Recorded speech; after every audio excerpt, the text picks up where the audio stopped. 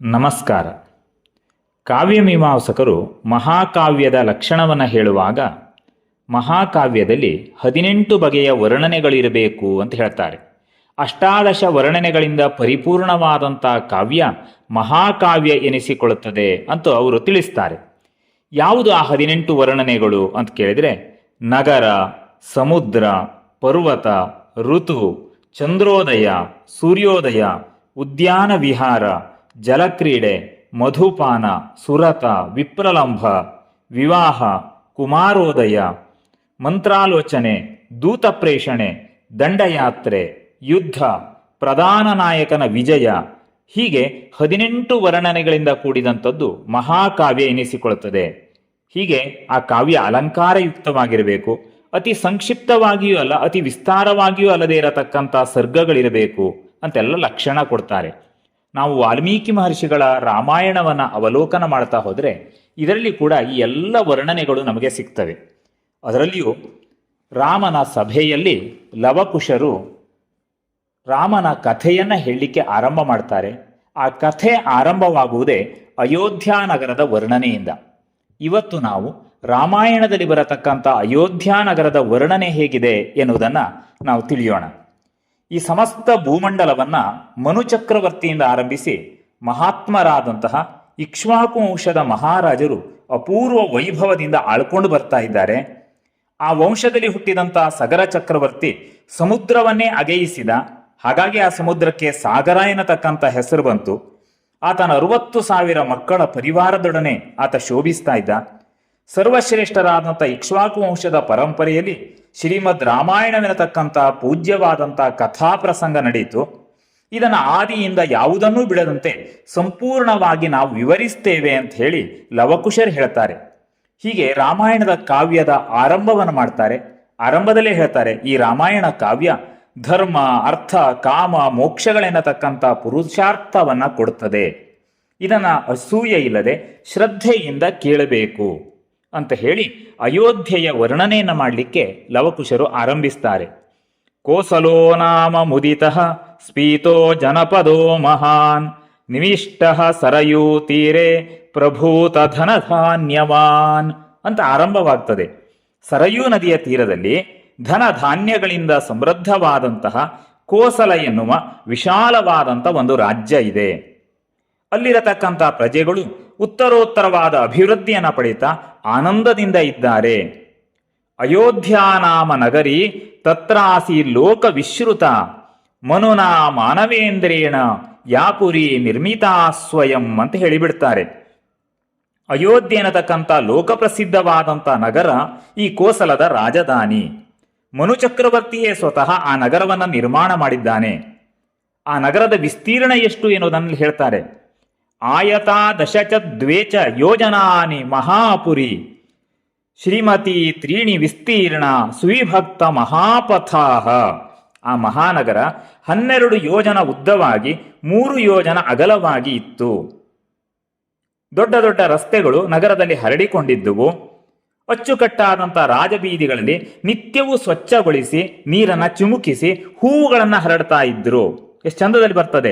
ರಾಜಮಾರ್ಗೇಣ ಮಹತಾ ಸುವಿಭಕ್ತೇನ ಶೋಭಿತ ಮುಕ್ತ ಪುಷ್ಪಾವಕೀರ್ಣೇನ ಜಲಸಿಕ್ತೇನ ನಿತ್ಯಶಃ.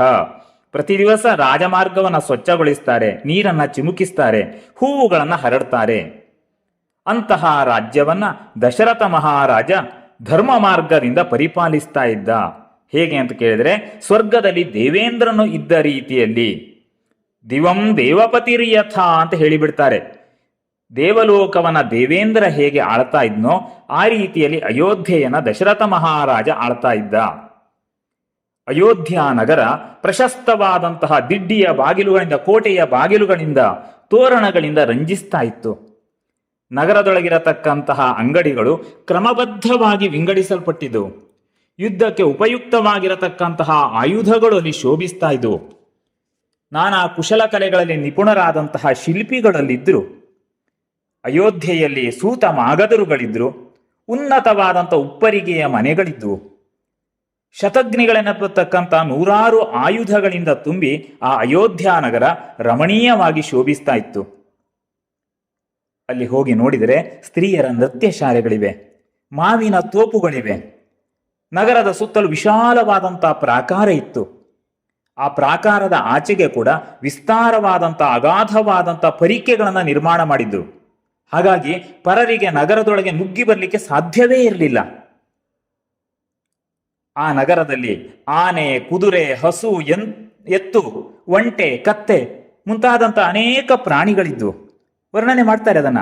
ವಾಜಿ ವಾರಣ ಸಂಪೂರ್ಣಾಂ ಗೋವಿರುಷ್ಟ್ರೈಹಿ ಕರೈಸ್ತಥ ಅಂತ ಹೇಳಿಬಿಡ್ತಾರೆ. ಆನೆ ಇದೆ, ಕುದುರೆ ಇದೆ, ಹಸು ಇದೆ, ಎತ್ತು ಇದೆ, ಒಂಟೆ ಇದೆ, ಕತ್ತೆ ಇದೆ. ಎಲ್ಲ ಪ್ರಾಣಿಗಳನ್ನ ವಿಶೇಷವಾಗಿ ಪ್ರೀತಿಯಿಂದ ಸಾಕ್ತಾ ಇದ್ರು.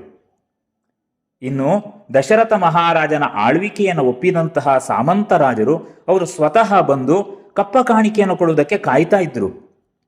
ಸಾಮಂತ ರಾಜ ಸಂಘೈಶ್ಚ ಬಲಿಕರ್ಮಭೀರಾವ್ರತ ಅಂತ ಹೇಳಿಬಿಡ್ತಾನೆ. ಅವರೆಲ್ಲ ಮಹಾರಾಜನಿಗೆ ಯಾವಾಗ ತಂದು ಕಪ್ಪ ಕಾಣಿಕೆಯನ್ನು ಕೊಡ್ತೇವೆ ಅಂತ ಹೇಳಿ ಕಾಯ್ತಾ ಇದ್ರು.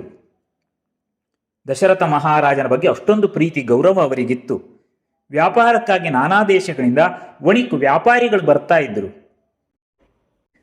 ಅಯೋಧ್ಯ ನಗರ ಮಾಳಿಗೆಯ ಮನೆಗಳಿಂದ ಶೋಭಿಸ್ತಾ ಇತ್ತು.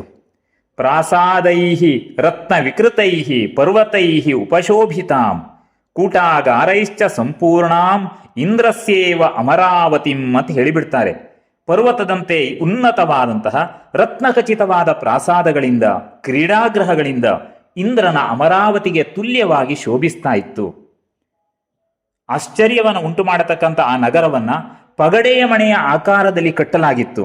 ಅಲ್ಲಿ ಹೇಳ್ತಾರೆ, ಚಿತ್ರಂ ಅಷ್ಟಾಪದಾಕಾರಂ ವರನಾರಿ ಗಣೈರ್ಯುತಾಂ ಸರ್ವರತ್ನ ಸಮಾಕೀರ್ಣಾಂ ವಿಮಾನಗ್ರಹ ಶೋಭಿತಾಂ. ಇದು ಆಶ್ಚರ್ಯವನ್ನು ಉಂಟು ಮಾಡುವಂತ ನಗರ. ಪಗಡೆಯ ಮನೆಯ ಆಕೃತಿಯಲ್ಲಿ ಈ ನಗರವನ್ನ ಕಟ್ಟಿದ್ದಾರೆ. ಸುಂದರವಾದ ಸ್ತ್ರೀಯರು ಸಂಚಾರ ಮಾಡ್ತಾ ಇರ್ತಾರೆ. ನವರತ್ನಗಳ ಪ್ರಾಸಾರ ಇಲ್ಲಿ ಇದೆ. 7 ಅಂತಸ್ತುಗಳಿಂದ ಕೂಡಿದಂಥ ವಿಮಾನವೆನತಕ್ಕಂಥ ಗ್ರಹಗಳ ಸಮುದಾಯ ಅಯೋಧ್ಯ ನಗರದಲ್ಲಿತ್ತು. ಇದರಿಂದಾಗಿ ಅಯೋಧ್ಯ ನಗರೆಯ ಸೌಂದರ್ಯ ಹೆಚ್ಚಾಗಿತ್ತು ಅಂತ ಹೇಳ್ತಾರೆ. ಪ್ರಜೆಗಳ ಮನೆಗಳಿಂದ ನಿಬಿಡವಾದಂಥ ಆ ನಗರವನ್ನ ಸರಿಯಾದ ನೆಲದಲ್ಲಿ ಕಟ್ಟಿದ್ರು. ಅಲ್ಲಿ ಕೊರಕಗಳು, ಹಳ್ಳತಿಟ್ಟುಗಳು ಇರಲಿಲ್ಲ. ಸಮಭೂಮಿಯಲ್ಲಿ ನಗರವನ್ನ ಕಟ್ಟಿದ್ರು.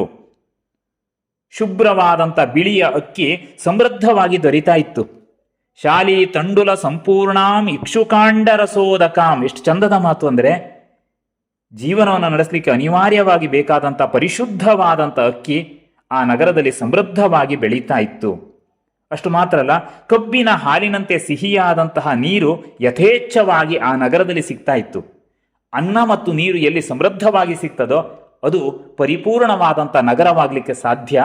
ಅಂತಹ ಸಮೃದ್ಧವಾದಂತಹ ಜಲ, ಸಮೃದ್ಧವಾದಂಥ ಆಹಾರ ಧಾನ್ಯ ಅಯೋಧ್ಯೆಯಲ್ಲಿ ಸಿಗ್ತಾ ಇತ್ತು. ಮತ್ತು ಮುಂದುವರಿಸಿ ಹೇಳ್ತಾರೆ, ವಿಮಾನಮೇವ ಸಿದ್ಧಾನಾಂ ತಪಸಾದಿ ಗತಂ ದಿವಿ ಸುನಿವೇಶಿತ ವೇಶ್ಮಾಂತಾಂ ನರೋತ್ತಮ ಸಮಾವೃತಾಂ. ಸಿದ್ಧ ಪುರುಷರ ತಪೋಬಲದಿಂದ ಸಂಪಾದಿಸಿದ ವಿಮಾನ ಪಂಕ್ತಿಗಳು ಎನ್ನುವ ರೀತಿಯಲ್ಲಿ ಸಜ್ಜನರು ವಾಸ ಮಾಡುವಂಥ ಗೃಹ ಪಂಕ್ತಿಗಳಿಂದ ಅಯೋಧ್ಯೆ ಶೋಭಿಸ್ತಾ ಇತ್ತು. ಆ ನಗರ ಶಸ್ತ್ರಾಸ್ತ್ರ ವಿಶಾರದರಿಂದ, ಮಹಾರಥರಿಂದ, ವೀರಯೋಧರಿಂದ ತುಂಬಿತ್ತು. ಅಲ್ಲಿ ಯಾವಾಗಲೂ ದುಂದುಭಿ, ಮೃದಂಗ, ವೀಣೆ, ಮದ್ದಲೆ ಮೊದಲಾದಂಥ ವಾದ್ಯಗಳ ಸುಮಧುರವಾದಂಥ ಧ್ವನಿ ಕೇಳ್ತಾ ಇತ್ತು. ಅಯೋಧ್ಯಾಪುರಿಯ ನಗರಿಯ ಸೌಂದರ್ಯವನ್ನ ಅದು ಹೆಚ್ಚು ಮಾಡ್ತಾ ಇತ್ತು. ಆದರೆ ಪರಾಕ್ರಮಿಗಳಿದ್ದಾರೆ ಅಯೋಧ್ಯೆಯಲ್ಲಿ, ಆದರೆ ಇನ್ನೊಬ್ಬರನ್ನ ಹಿಂಸೆ ಮಾಡ್ತಾ ಇರಲಿಲ್ಲ. ಅವರು ಸ್ವತಃ ಶತ್ರುವೇ ಆಗಿದ್ರು, ಏಕಾಕಿಯಾಗಿ ಬಂದರೆ ಅವನನ್ನು ಹಿಂಸೆ ಮಾಡ್ತಾ ಇರಲಿಲ್ಲ. ಬಂಧು ಬಳಗ ಇಲ್ಲದೆ ಹೋದಂಥ ಅಸಹಾಯಕರನ್ನ ಯಾವತ್ತೂ ಕೂಡ ಅವರು ಪೀಡಿಸ್ತಾ ಇರಲಿಲ್ಲ. ಅಡಗಿದವರನ್ನ, ಹೆದರಿಕೊಂಡಿರತಕ್ಕಂಥವನನ್ನ, ಓಡುವವನನ್ನ ಯಾವತ್ತೂ ಬಾಣಗಳಿಂದ ಅವರು ಘಾಸಿಗೊಳಿಸ್ತಾ ಇರಲಿಲ್ಲ. ಹಾಗಂತ ಬೆಳೆಗಳಿಗೆ ಹಾನಿ ಮಾಡತಕ್ಕಂಥ ಕ್ರೂರ ಪ್ರಾಣಿಗಳನ್ನ ಬೇಟೆಯಾಡಿ ಕೊಲ್ಲುವಂಥ ಪರಿಪಾಠ ಇತ್ತು. ಸಿಂಹ, ಹುಲಿ, ಕಾಡುಹಂದಿ ಮುಂತಾದಂಥ ಪ್ರಾಣಿಗಳು ಬೆಳೆಗೆ ತೊಂದರೆಯನ್ನು ಕೊಟ್ಟಾಗ ಅವುಗಳನ್ನು ಕೊಂದಂಥ ಉದಾಹರಣೆಯನ್ನ ಇಲ್ಲಿ ವರ್ಣನೆಯಲ್ಲಿ ಹೇಳ್ತಾರೆ. ಮಲ್ಲಯುದ್ಧದ ಮೂಲಕವೇ ಪ್ರಾಣಿಗಳನ್ನ ಕೊಲ್ತಾ ಇದ್ರು, ಅಂತಹ ಶಕ್ತಿಶಾಲಿಗಳಿದ್ರು ಅಂತ ಹೇಳ್ತಾರೆ. ಆ ನಗರದಲ್ಲಿ ಆಹಿತಾಗ್ನಿಗಳಿದ್ರು, ಶಮದಮಾದಿ ಗುಣಶಾಲಿಗಳಿದ್ರು, ವೇದಾಂಗಗಳಲ್ಲಿ ಪಾರಂಗತರಾದಂಥ ದಾನಶೀಲರಿದ್ದರು, ಸತ್ಯಸಂಧರಿದ್ದರು, ಯಜ್ಞ ಯಾಗಾದಿಗಳನ್ನು ಮಾಡತಕ್ಕಂಥ ಪಂಡಿತರಿದ್ದರು, ಋಷಿಗಳಿದ್ದರು, ಮಹರ್ಷಿಗಳಿದ್ದರು. ಹೀಗೆ ಸಮೃದ್ಧವಾಗಿರತಕ್ಕಂಥ ಅಯೋಧ್ಯ ನಗರ ಪರಿಪೂರ್ಣತೆಯಿಂದ ಕೂಡಿತ್ತು. ಇಂತಹ ಅಯೋಧ್ಯ ನಗರವನ್ನು ದಶರಥ ಮಹಾರಾಜ ಆಳ್ತಾ ಇದ್ದ. ದಶರಥ ಮಹಾರಾಜ ಹೇಗಿದ್ದ ಎನ್ನುವುದನ್ನು ಮುಂದಿನ ಸರ್ಗದಲ್ಲಿ ವರ್ಣನೆ ಮಾಡುತ್ತಾರೆ. ನಮಸ್ಕಾರ.